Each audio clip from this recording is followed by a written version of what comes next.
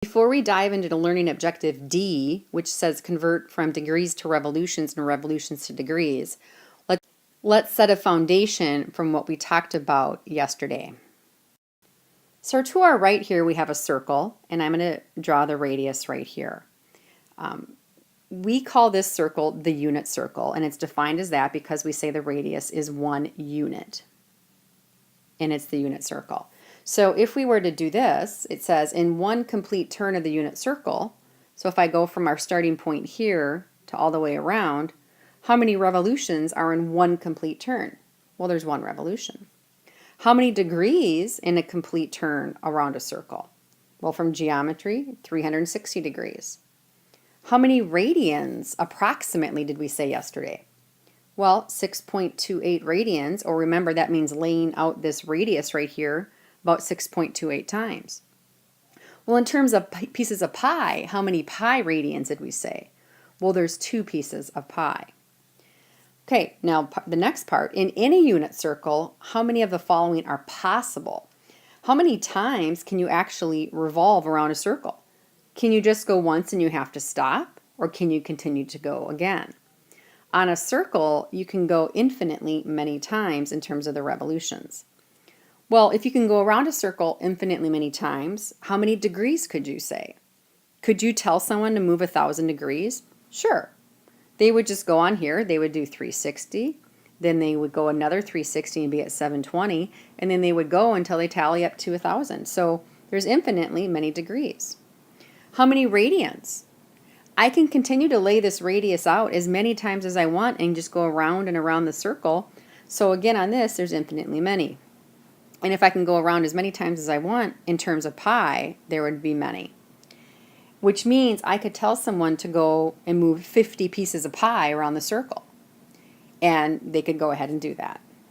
Now on a unit circle, it's very important to realize that we always start right here on it. Now you might ask why. Well, if I dropped graph paper on here, this is the XY axis, where's quadrant 1? Well, quadrant 1 is right here, and that's our standard most basic quadrant. So when we're on a unit circle for movement, we always start here. If someone said move 50 or 60 degrees on the circle, you have to decide, well, do I go this way or do I go this way? Well, we wouldn't go into quadrant 4, you actually go into quadrant 1. So if you move 60 degrees, you would go this way, and that is your 60 degrees. So going this way, which is called counterclockwise, is the proper way to move on a circle. Now, what if I want you to go clockwise instead? How do you tell someone to go clockwise? If you tell them to graph 60 degrees, they're going to move counterclockwise because that's how it works. Well, let's look at this example here. Using numbers, how would you tell someone you're walking backward 2 miles? Well, if you're going to go backwards 2 miles, you might say -2. So this is going to work the same way. How do you tell someone that you're moving clockwise on a circle? So if I want to go this way, that direction from our starting point, and go 60 degrees, I would tell someone to move -60 degrees. So from the starting point, -60 degrees would be right here. It's called a clockwise movement, but the negative number on a degree means move clockwise. The positive value means move counterclockwise. Okay, let's define some things. What a rotation is a transformation in which each point turns a fixed magnitude around a fixed point. So when we did our unit circle here, our fixed point was right there. And we're going to turn either the counterclockwise, which is standard, or clockwise direction. Now, the measure of an angle represents 2 things. It represents the magnitude, and the magnitude is just the number. So am I moving 60 degrees, 90 degrees, 120 degrees? But now we also know it talks about the direction. So the direction is going to be defined by either doing the plus or a minus symbol. Okay, a revolution. How are those related to degrees? Well, a circle, 1 revolution in a circle is the same as moving 360 degrees. Now, if we just focus now about going from revolutions to degrees and vice versa, let's make some connections. Remember, we always start here in our unit circle. If we do one full turn, that's a full 360 degrees. That's one revolution. Notice counterclockwise. If I want to do 180 degrees, which would be half of a turn, that would be this movement. That is 1/2 of a revolution counterclockwise. A quarter of a turn, 90 degrees, it's 1/4 of a counterclockwise revolution. Now let's look at this. What is 1/8 of a revolution, 2/3, and 1 1/4? Now there's always tricks to figuring this out, but I'm going to give you one sheer solid way of doing this. And here's what it's going to be.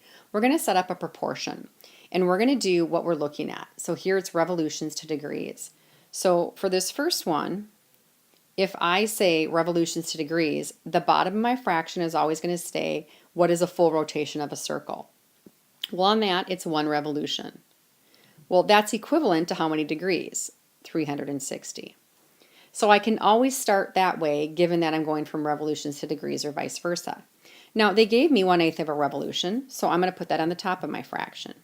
I don't know degrees, so I'm going to call that x. Well, now you just do the algebra to solve this.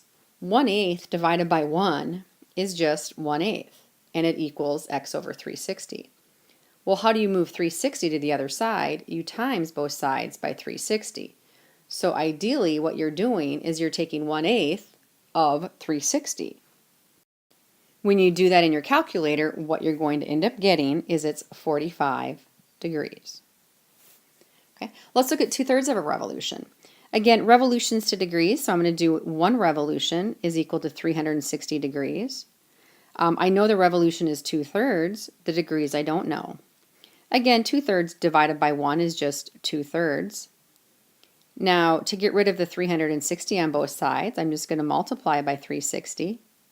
So really all I'm doing, and this should be pretty logical, I'm just taking 2/3 of 360 because I want to do 2/3 of a circle.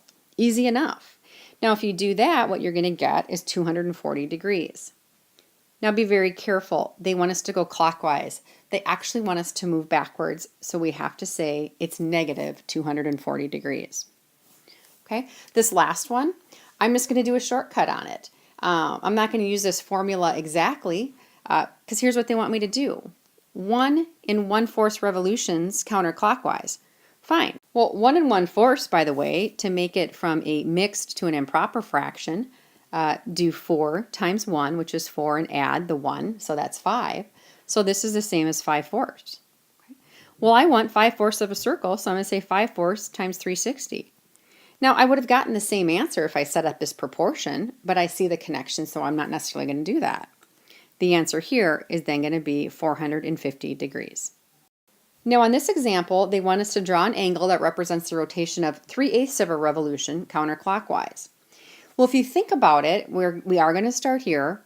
A full revolution is 1 revolution. Well, as a fraction, by the way, 1 revolution is the same as 8/8 revolutions. They're only moving 3/8 of a revolution. So if you were to kind of chunk this circle up, what you're going to actually see, if it helps you do it this way, there's all 8 pieces. I want to move 3/8. Fine. I move 3/8 of a revolution. That's the movement right there. Now, they want us to give degree measurements for that. Okay, easy enough. Let's say I forgot how to do these. Just do a proportion.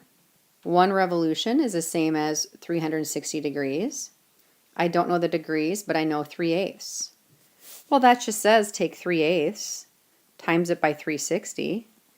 When you do that, you're going to get 135 degrees. Now double check. Counterclockwise would be positive, so that's the answer. Now we'll come back and do part B here with learning objective E.